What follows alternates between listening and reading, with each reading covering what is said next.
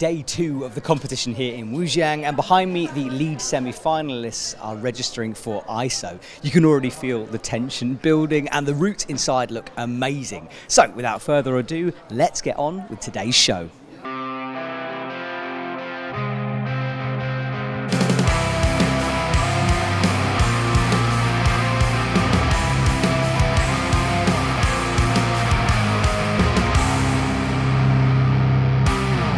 We're in the lobby of the Athletes Hotel. This is where they register and where the technical meeting will take place.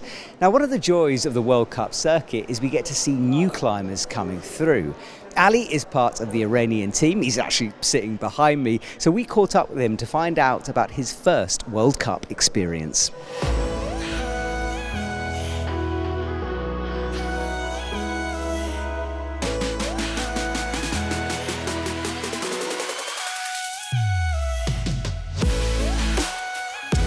I'm Ali, I'm 22 years old. I came from Iran national team. This is my first World Cup. This is my dream. Always like to be there, be here, and it's very amazing to see your idols and see every country, the athletes from all around the world.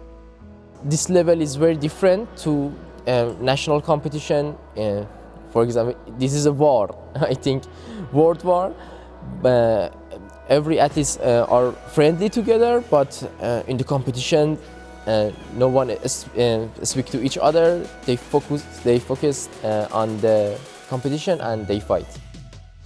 World Cup boulders are difficult and the different style, but we have to learn the World Cup boulders. For example, in Iran, we have a lot of strong climbers such as Ali Baratzadeh, Elnaz.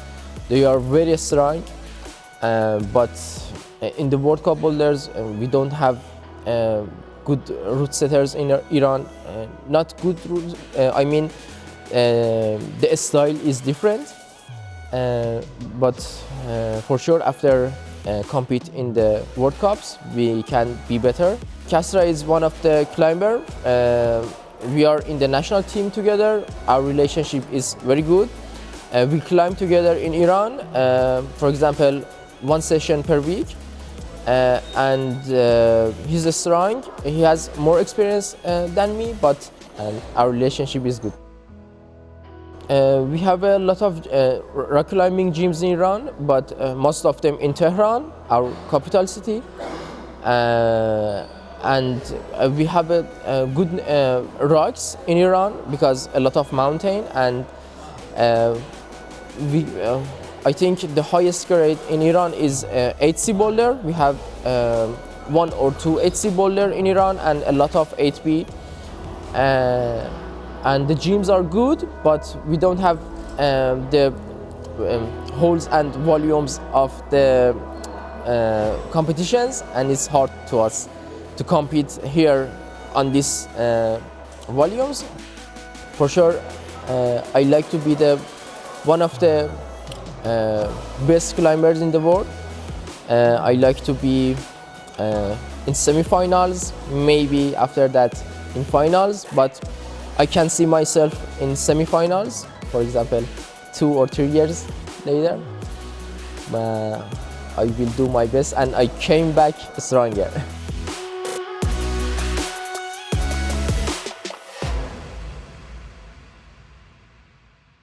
Yesterday we answered some of the questions that you guys have been sending us on Instagram. Today we're going to finish those questions off. So let's go to, well, me actually.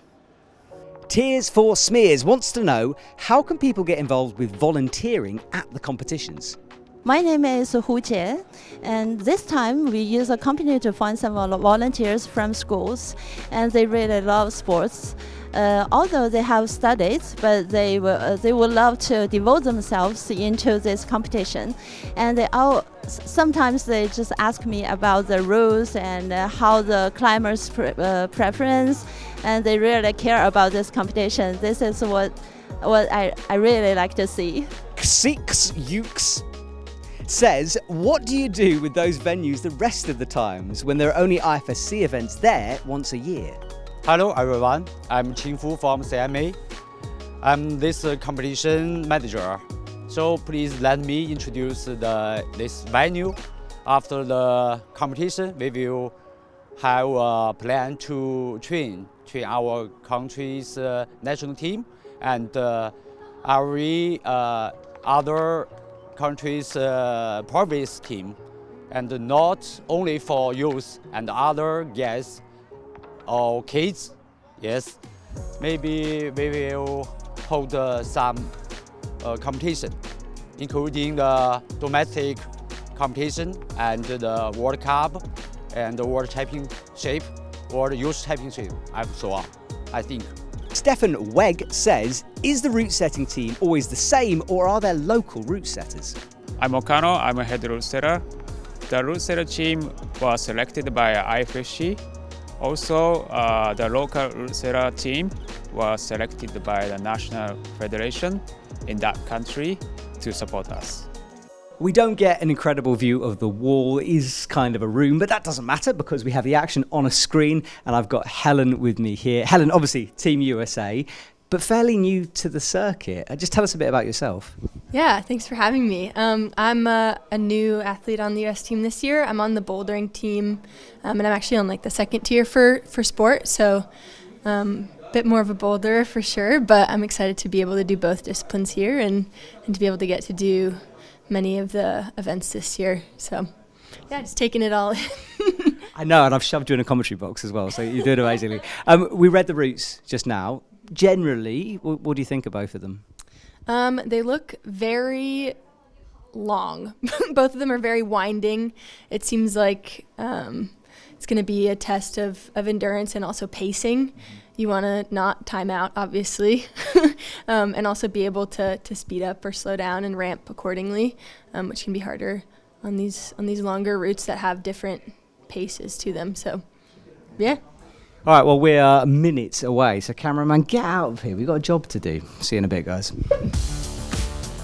Only 8 athletes could make it through from the 26 in the semi-finals, and Slovenia's Mia Krampel was the last in for the women. Great Britain's Erin McNeice is on form, and this will be her second finals in a week.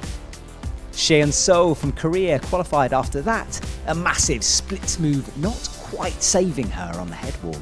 Always impressive is Natsuki Tani, who uses a unique style on the wall and fell one move higher on 39+. Her Japanese teammate Natsumi Oda is just 16 and is giving the selectors something to think about.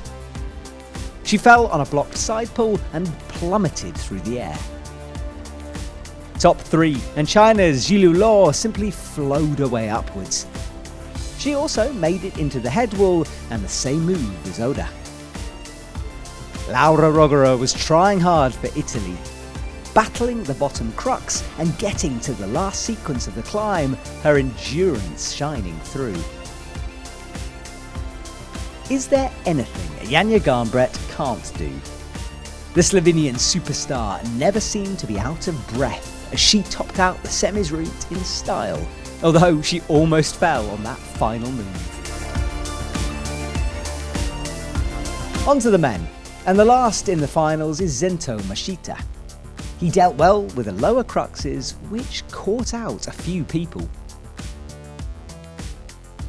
His Japanese teammate Shion Omata launched across to a sloper midway through, then did strong pinches on that high tuner.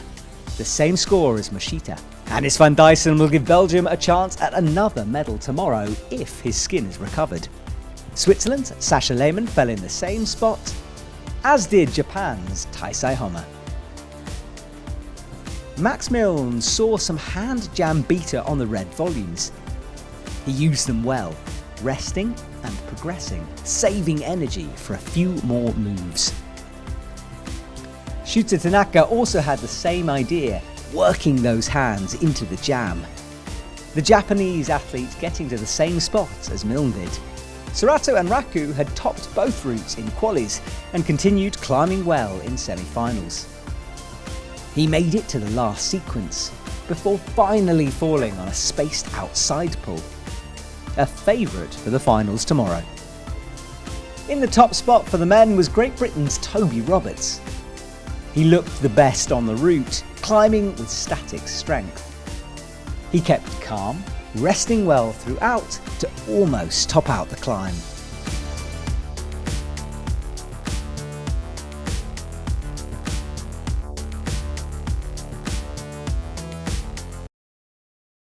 We have a new exciting sponsor for the IFSC, and I've got Chris here with me. So Chris, first of all, what's the company? What do you guys do?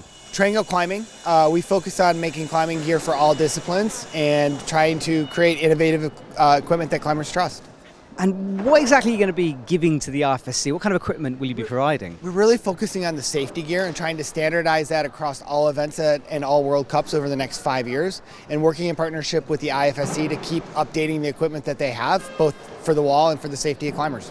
Awesome. Well, look, I know there's a lot to come from you, and if you guys want to know more information, there'll be a dedicated video on the IFSC YouTube channel coming soon. Thanks, Chris. Thank you. Last night in qualies, world records were broken, so we were expecting big things from the finals. We're going to be looking at the last 8 athletes that got this far. We start with the women's small final. The medal races, Wujiang on the left, Alexander Keqiao on the right. Who will take the bronze medal here in China? Well, it is a clean start, which is good to see. Alexander Keqiao at the moment slightly ahead. I think Wujiang, though, is coming back. Oh, no! Oh. Alexander slipping. Wujiang takes the bronze. Next up were 2 Polish teammates, Alexander Miroslaw against Natalia Keqiao for gold. Well, it's a clean start from both. Alexander Miroslaw is ahead. There was both hesitation for both athletes. Natalia hesitated again. Miroslaw is going to take it. And we see a world record equalization at least. I'm not sure about the third digit, but it's 6.24. Yes, that's true. I mean, yeah, I don't... What is the last digit on a thing? It could be. She's not celebrating like a world record. What a performance from Alexander Miroslaw, the queen of consistency, showing why she's the favourite for Olympic gold. Next up, men's small final, and Ludovico Fasali against Kermel Katabin. Well, it's clean from both men. Ludo was ahead, but now he's slightly behind. Kermel Katabin is drawing away. It's going to be Kermel Katabin stopping the clock. 5.074 versus 5.161. So close, but far from Ludo. Sam Watson was on a high from breaking the world record, but could he beat last year's winner and crowd favourite Peng Wu? Yes, it's clean from both of them. Sam Watson had a little hesitation. Peng Wu is pulling ahead. Sam Watson is behind. Sam's trying everything, but no. Peng Wu takes the bronze. He goes through. So Peng Wu has the gold medal 2 years out of 2.